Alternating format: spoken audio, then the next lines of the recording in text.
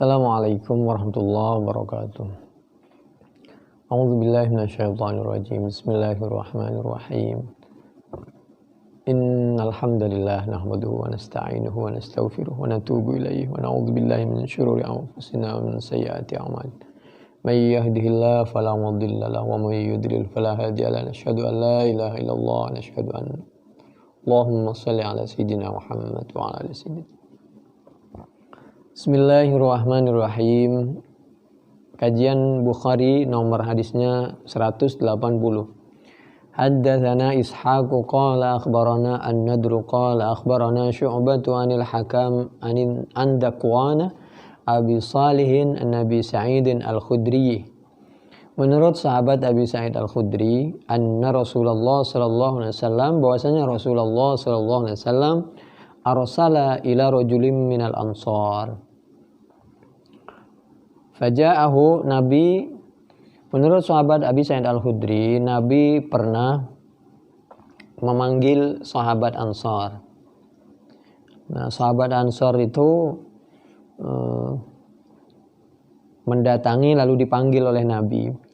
Nabi mendatanginya karena Nabi di Madinah. Ini di Madinah juga, cuma beliau adanya di Kuba. Adanya di Kuba agak jauh lah, agak jauh dikit. Di Bani Salimah, di Bani Salim. Di Bani Salimah namanya Idban bin Malik Al-Ansari. Faja'a. Ini orang tua, besar, gemuk, tinggi, besar, penglihatannya kurang jelas. Faja'a wa ra'suhu yaqturuh.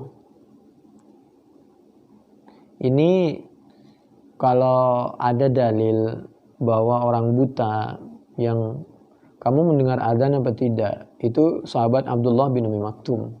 Kalau kamu dengar adzan, ya harus dipaksa ke masjid. Lalu ada yang sama, tinggi, besar, udah sepuh, penglihatannya kurang jelas.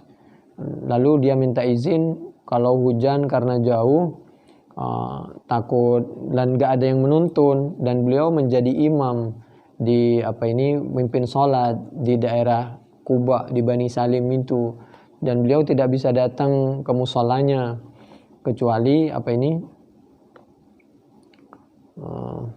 kalau ada yang nuntun. Khawatir nggak ada yang nuntun, akhirnya kalau hujan apakah diperkenankan sholat di rumah dengan keluarganya. Nabi menyampaikan boleh. Jadi ketika menyampaikan kepada sahabat Abdullah bin Umi Maktum, Nabi kalau bisa ke masjid, begitu menyampaikan kepada sahabat Idban bin Malik, Nabi memperkenankan. Sehingga dengan demikian melihat situasi dan kondisi. Kalau kita sakit atau kita tidak ada yang mengantar, apalagi penglihatan kurang jelas, cuma dianjurkan bagi yang sehat memang berjamaah. Begitu Nabi ke Kuba, lalu Nabi memanggil Idban bin Malik ini. Faja'ah, langsung dia buru-buru datang memenuhi panggilan Nabi. Karena orang dulu itu memang setiap dipanggil oleh Nabi itu selalu beliau kepingin segera mendatanginya. Faja'a wa ra'suhu yaqtur, kemudian datang. Kalau orang sekarang, hebat orang sekarang ya. Orang sekarang tidak butuh Nabi katanya, karena Nabi itu manusia katanya. Jadi dia maunya langsung kepada Allah katanya. Langsung pada Quran, nggak butuh riwayat, nggak butuh hadis, nggak butuh tafsir. Nggak begitu. Qurannya benar, sunnahnya benar, tapi dipakai untuk tujuan suatu yang kurang pas. Kita membawa kepada Al-Quran dan kepada As-Sunnah memang betul, tapi siapa yang membawa? Begitu yang membawa itu orang ingkar sunnah, maka bisa pembicaraannya seperti itu.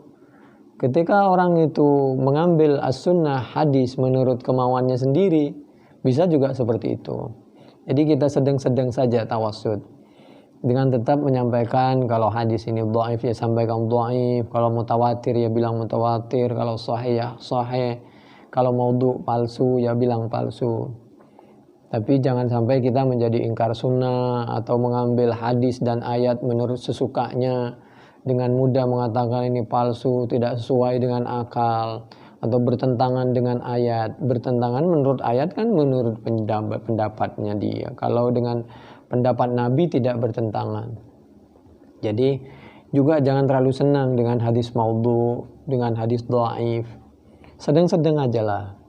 Tanpa kita harus bermusuhan, tapi kita harus, ya begitulah. Faja'a wa ra'suhu yaqtur. Kemudian orang itu datang.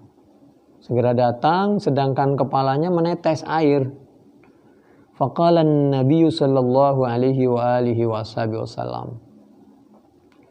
Jadi utamakan ya kaedahnya. Bagaimana cara memahami ayat dengan ayat berdasarkan bukan pemahaman kita, bukan ijtihad guru kita, referensi kita, jamaah kita, tapi bagaimana memahami ayat dengan ayat, memahami ayat dengan as-sunnah menurut pemahamannya Nabi bagaimana.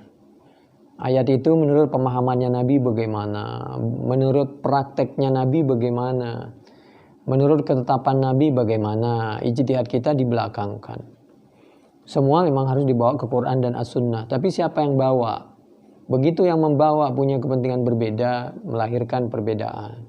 Kalau kita tunduk kepada Al-Quran dan As-Sunnah, maka insya Allah nggak ada masalah.